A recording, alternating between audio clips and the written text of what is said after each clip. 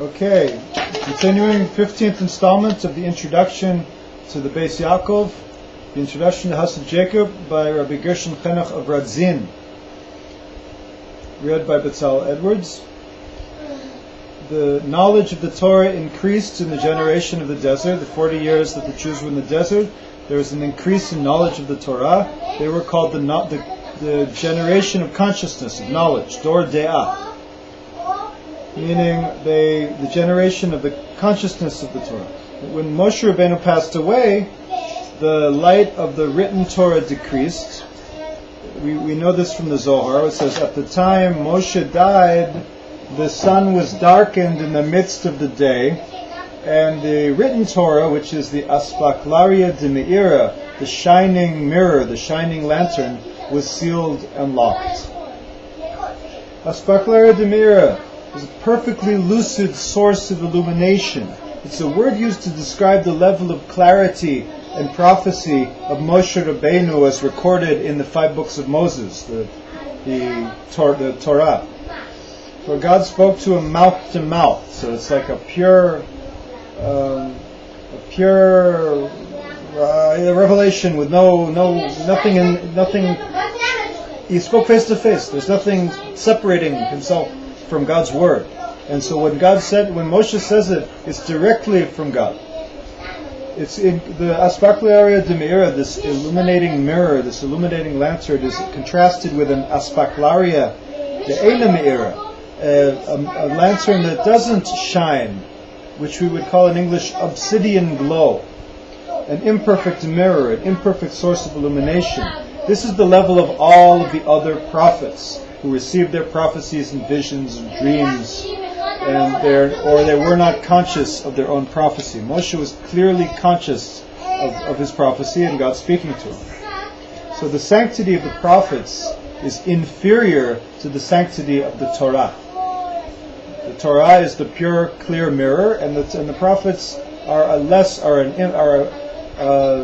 that doesn't shine. This was the beginning of right after the end of the 5 books of Moses. That's the beginning of the illumination of Torah Shebaal Peh, the oral tradition.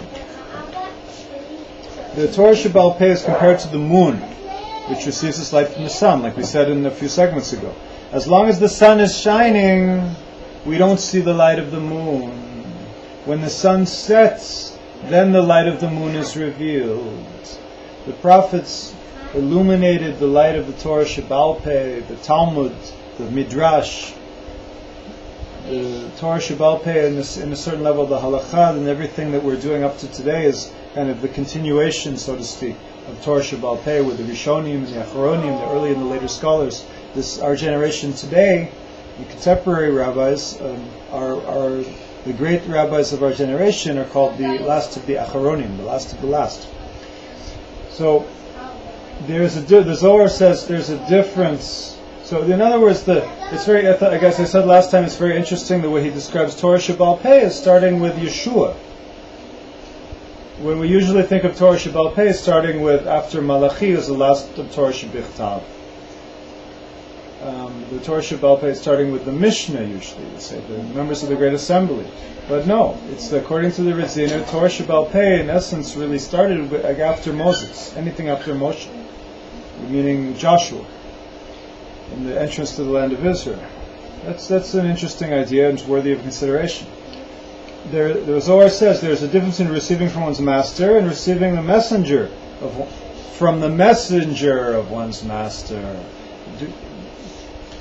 What's the difference? In the beginning of Pirkei Avos, in the beginning of the Ethics of the Fathers, one of the books of the Mishnah, it says the following: Moshe received the Torah from Mount Sinai and delivered it over to Yehoshua. I received it and afterwards gave it over to everyone else. When one receives that's what the Pirkei Avos is saying. When one receives from another, it's like the reception of the moon from the sun. The light of the moon is entirely a received illumination from the light of the sun.